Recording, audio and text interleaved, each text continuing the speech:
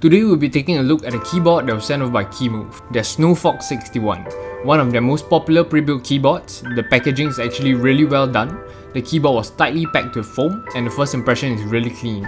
They showcase 3 different switches as well, a red switch, a clear switch, and a green switch. So let's move on to what's included. You first start off with your keyboard, a keycap puller, a switch puller, and a USB Type-C cable. It is actually really good in quality. They have this 90-degree bend as well, and it is braided. They also include a really nice dust cover for your keyboard. I would say the most unique feature about this keyboard is this black border around it. We don't have any other keyboard that looks like this right now. Other than that, the Snowfox is a hot-swappable keyboard, has per key RGB, comes with PBT double shot keycaps with side prints, and supports both wired and wireless usage. As mentioned before, these are PBT double shot keycaps with side prints. They feel really good in quality and feel really nice to the touch. And if you couldn't tell by now, I went with Gateron Reds for this keyboard. As for the PCB, it is actually north-facing switches with per key RGB.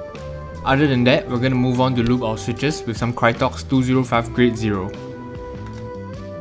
The keyboard does use plate mounted stabilizers and has a little bit of loop on the wire, but it is not enough, so I'll be looping it with krytox 205 grade 0 as well. Once I was done with looping, I actually wanted to disassemble the keyboard to do a foam mod and tape mod, but I realized that they actually have a piece of foam under that is cut specifically for this keyboard, and it is actually really good in quality as well. As for the battery, it has 3000 mAh comparing it to the M Pro 2 which only has 1.9k mAh. So everything is cool until I saw this weird hot glue gun thing on my PCB. I don't know what's that, but we're just gonna ignore it for now. Afterwards, I proceeded to do the tape mod with some painter's tape, and yeah. I put on about 3 layers of tape and assembled the keyboard back together.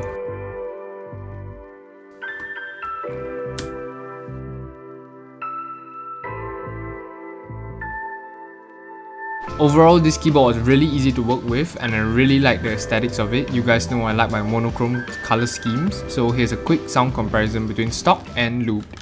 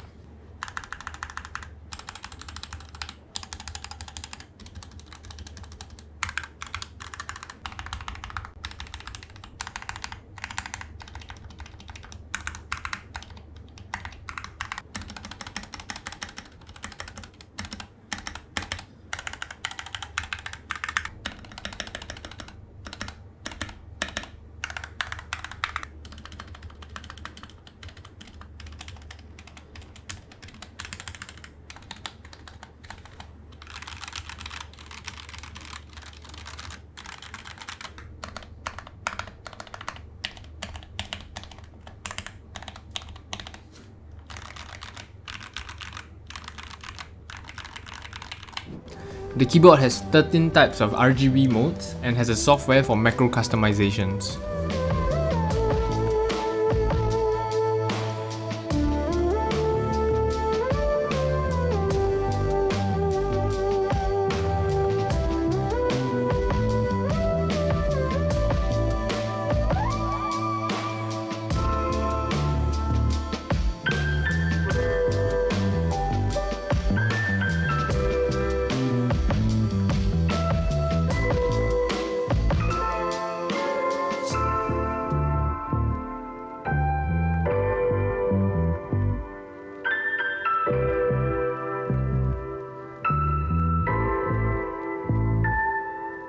Alright, I've come to the end of the video. I hope you guys enjoyed this video. It was just a really simple review and upgrade of the Kemove Snowfox 61. I actually really like how the black border looks around the Snowfox. I'll be linking the Snowfox 61 in the description down below if you're interested. I have an affiliated link. I earn a little bit of commission from that. If you enjoyed this video, go ahead and leave a like down below, it'll help me a lot. Comment down below what are your thoughts on Snowfox 61, and if you like keyboard content, you can go ahead and subscribe. I'll be posting another review and upgrade video about Kemove keyboard that has yet to be out in the market, so stay tuned for that. So if you want to get notified when that video gets released, go ahead and subscribe. I'll see you guys in the next one. Bye!